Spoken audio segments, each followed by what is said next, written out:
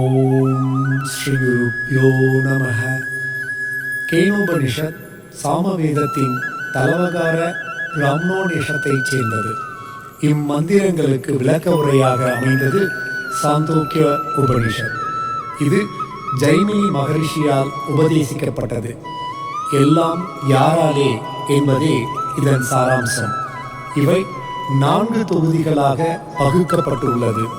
முதல் தொகுதியில் 8 பாசுரங்கள், இரண்டாவதில் 5 பாசுரங்கள், மூன்றாவதில் 12 பத்திகள், நான்காவதில் 9 பத்திகள் என இது வரையறுக்கப்பட்டிருக்கின்றது. கேனோபனிஷத்தின் முதல் 2 தொகுதிகள் கவிதைகள், கடைசி 2 உரைநடை. கேன உபனிஷதம் மனிதனின் இயல்பு, தோற்றம், சாராம்சம், அறிவு மற்றும் புலன் உணர்வோடு அவனது உறவுகளை கேள்விக்கு உள்ளாக்குகிறது.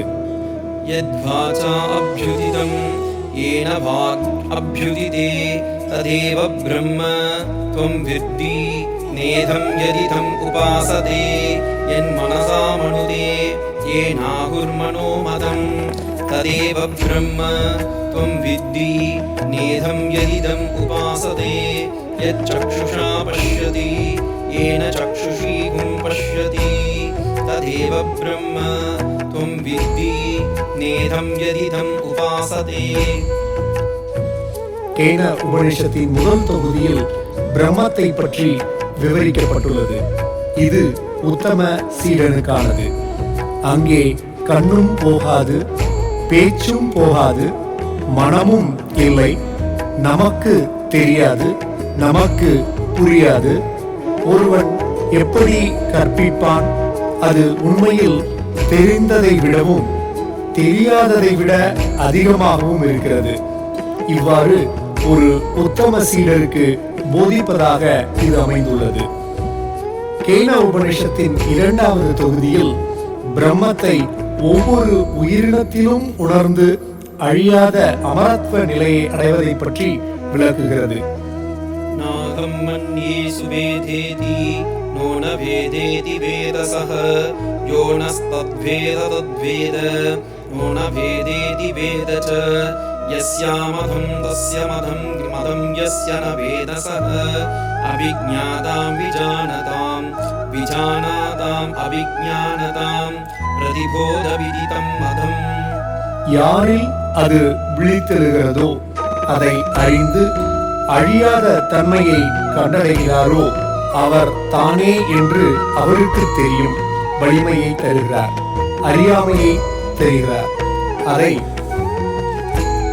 இங்கே கீழே கண்டவன் உண்மையை உடையவன்.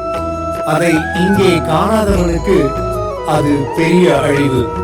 ஒவ்வொரு உயிரினத்திலும் ஞானி அதை உணர்ந்து இந்த உலகத்தை விட்டு வெளியேறி அழியாத நிலையை அடைகின்றார். கேனோபனிஷத்தின் 3வது பகுதி உரைநடையில் அமைந்த ஒரு உருவக கதையாகும். இதில் தேவர்களின் வாழ்வில் நடந்த ஒரு சம்பவத்தை வைத்து ஒரு முக்கியமான பாடம் கற்பிக்கப்படுகிறது. ஒருமுறை தேவர்களுக்கும் அசுரர்களுக்கும் சண்டை ஏற்பட்டு அதில் தேவர்கள் வெற்றி பெறுகிறார்கள். தேவர்கள் இந்த வெற்றியை தங்கள் சொந்த முயற்சியாலேயே அடைந்ததாக எண்ணி பெருமை கொள்கிறார்கள்.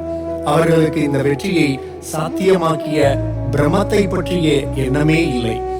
இறைவன் தேவர்களின் அறியாமையையும் அகந்தையையும் நீக்க ஓர் அசரீரியாக அனுகிரகம் செய்கின்றார்.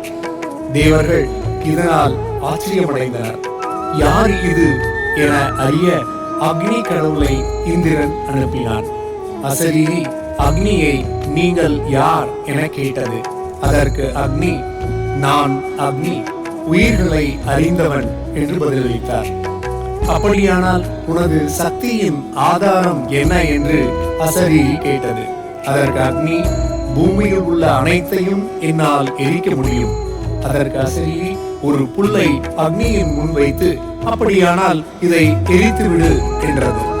அக்னி புல்லை எரிக்க தன்னால் இயன்ற முயற்சி அனைத்தையும் செய்தும் எரிக்க முடியாமல் தோற்றார். பின் தேவர்களிடம் திரும்பி வந்து தன்னால் அது குறித்து அறிய முடியவில்லை என கூறினார்.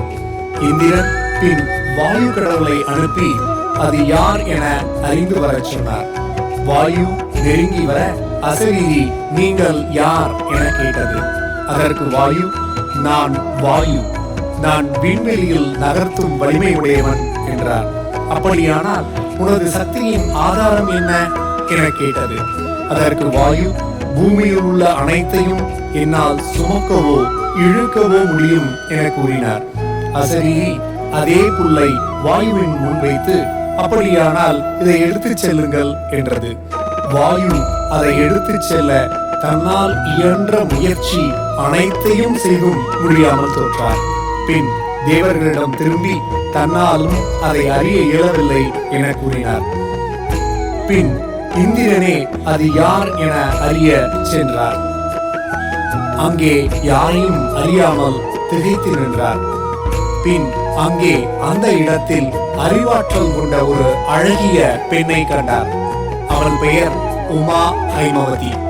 இந்திரன் உமா ஹைமவதியிடம் இது என்ன அற்புதம் என வினவினார். அதற்கு உமா ஹைமவதி, அதுதான் பிரம்மன்.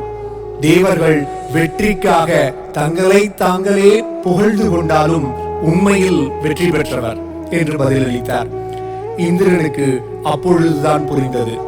கேனோபனிஷத்தின் 4வது பகுதியாக இது கூறப்பட்டுள்ளது. அக்னி, வாயு, இந்திரன் ஆகியோர் மற்ற எல்லா கடவுள்களையும் விட உயர்ந்தவர்கள். ஏனெனில் இவர்கள் மூவரும் பிரம்மனை முதல் சந்தித்தவர்கள். இதில் இந்திரன் மிகவும் கொண்டாடப்படுகிறான். ஏனெனில் அவன் எல்லா கடவுள்களிலும் பிரம்மனை முதலில் அறிந்தவன். சாமானியனுக்கும் பிரம்மத்தை உணர்த்தும் வகையில் இக்கதை சொல்லப்பட்டிருக்கிறது. இதுவே கேனோபனிஷத் எனப்படுகிறது. இதன் சிறப்பம்சம் ஆதிசங்கர பகவத் பாதாளால் இது 2 முறை பாஷ்யம் செய்யப்பட்டுள்ளது. இது போன்ற வேத, புராண, இதிகாச தகவல்களை தெரிந்து கொள்ள இந்த சேனலை லைக் பண்ணுங்க, ஷேர் பண்ணுங்க, கமெண்ட் பண்ணுங்க, மறக்காம சப்ஸ்கிரைப் பண்ணுங்க.